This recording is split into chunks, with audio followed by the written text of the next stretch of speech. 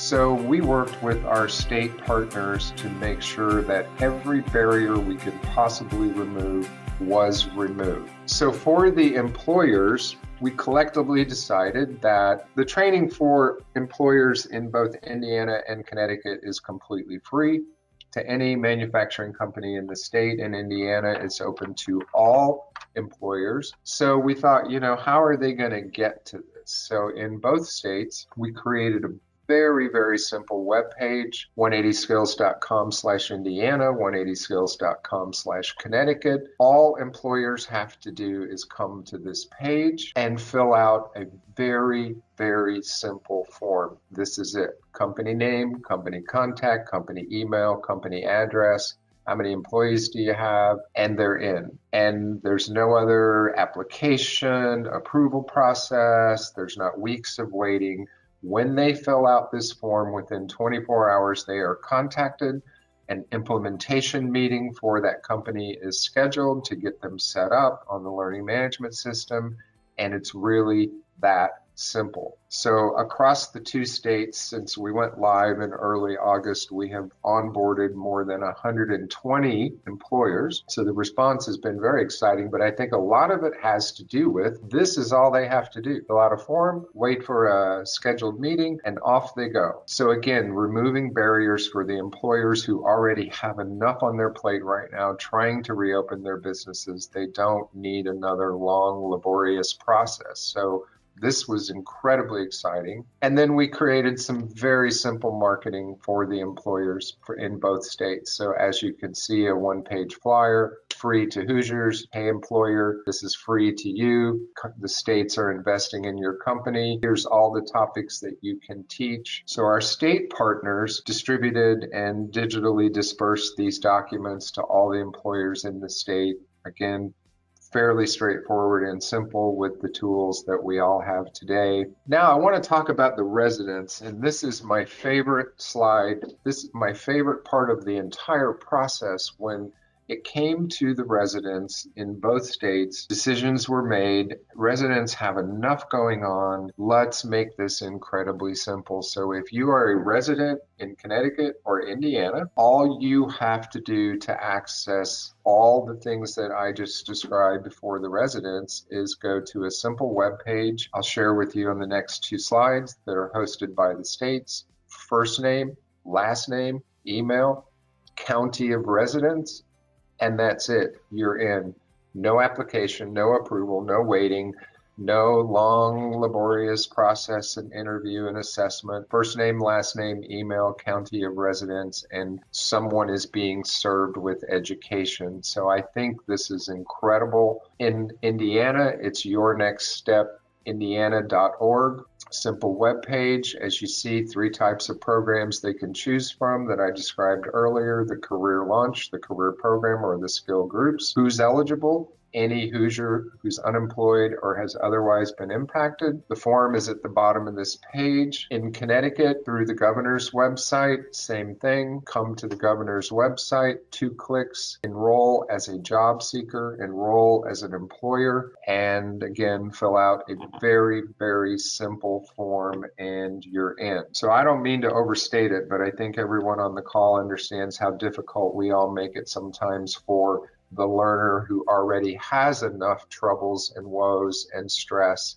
So this has been very exciting to watch the distribution of training in a format in a crisis like this and make it that simple. There were over 700 workforce professionals, adult education professionals, vocational education professionals, employers, all the stakeholders, the people who have to administer and monitor and help the learners needed training. So Barrett and our implementation team trained over 700 people in 2 weeks using digital meeting tools. And in those training sessions, we set up private team spaces for each stakeholder group in each state down to the workforce board level. the regional workforce board level. And we did training for each of them on our content library. And then we taught them how to use the LMS, which is 4 things. How do you manage users, create, activate, deactivate users? How do you enroll a learner into content or courses? And reporting. So we worked very hard in both states to create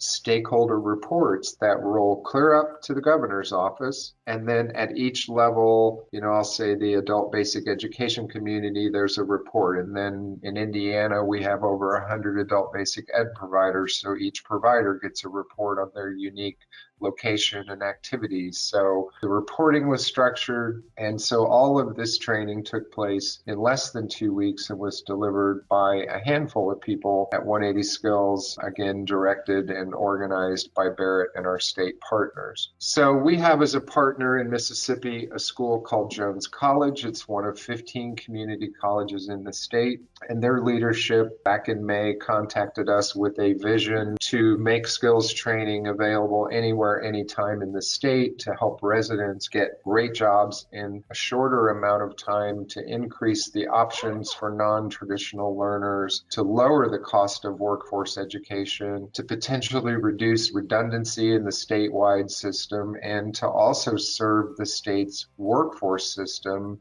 including displaced workers, adult basic ed, corrections. So again, Jones is one of 15 colleges in the state of Mississippi. They're located near Jackson. And so Jones had a vision and has, between May and now, launched in prototype form a 16th college called the Mississippi Online Workforce College. And I'll predicate the title is subject to change. They're still working on the final name for this entity, but what they've done is create a 16th entity that, again, is based upon ease of access. So this is their prototype sign-up page, and like Indiana and Connecticut, super easy. So learners in the state of Mississippi can come to this page, first name, last name, email, accept the terms, and they have an account on the Mississippi State Online Workforce College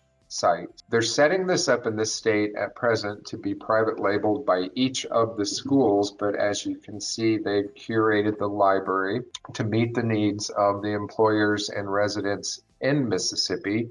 So adult education, job-ready skills, industrial training, career certifications, groups of courses within the learning management system that they run and administer, ranging from industrial to safety to employability skills. And they're pushing this through social media and making it available to residents in Mississippi via their mobile devices. And I want to come back to the timeline and the title of this presentation. We first met Jones College in late April, early May, and in September they have a pre-release version of a statewide workforce college up and running in pilot mode, and their goal is by January to have this officially launched and all 15 community colleges in the state operational, using this system, again, to deliver low-cost, highly accessible skills training, regionally curated. And so we think this is a pretty amazing story that in 6 months, from idea to full-blown, the state has an online workforce college is very disruptive, very thoughtful, and we're very grateful to be a partner in this initiative.